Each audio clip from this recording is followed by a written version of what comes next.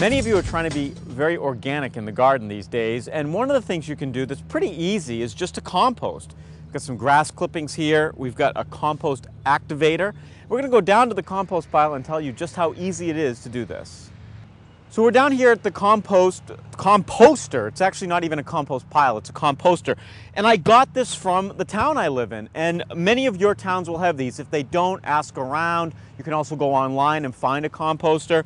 This is basically simply this big, heavy-duty, all-weather, polyurethane, plasticky kind of thing that I end up putting a lot of things like the grass clippings actually go in there. And I keep my table scraps. This is things like eggshells and corn cobs and orange peels. It's mostly fruits and vegetables. You don't want to be putting meat in here. And this also gets dumped in here.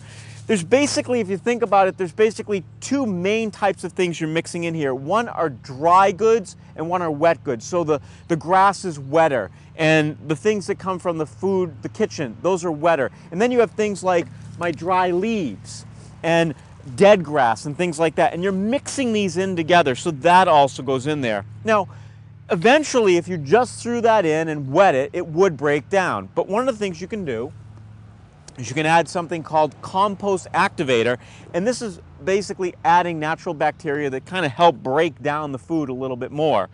The other thing that you want to always be doing is you want to be turning your compost pile, because what will happen is that it will get depleted of oxygen. So you want to mix things up so that you bring in new air into it constantly. So every few days go in, and I actually have a stick here that I take and I put this in and I mix it around and I turn the compost pile, and that helps to move everything around. And you also want to keep it wet. Wait just a few weeks.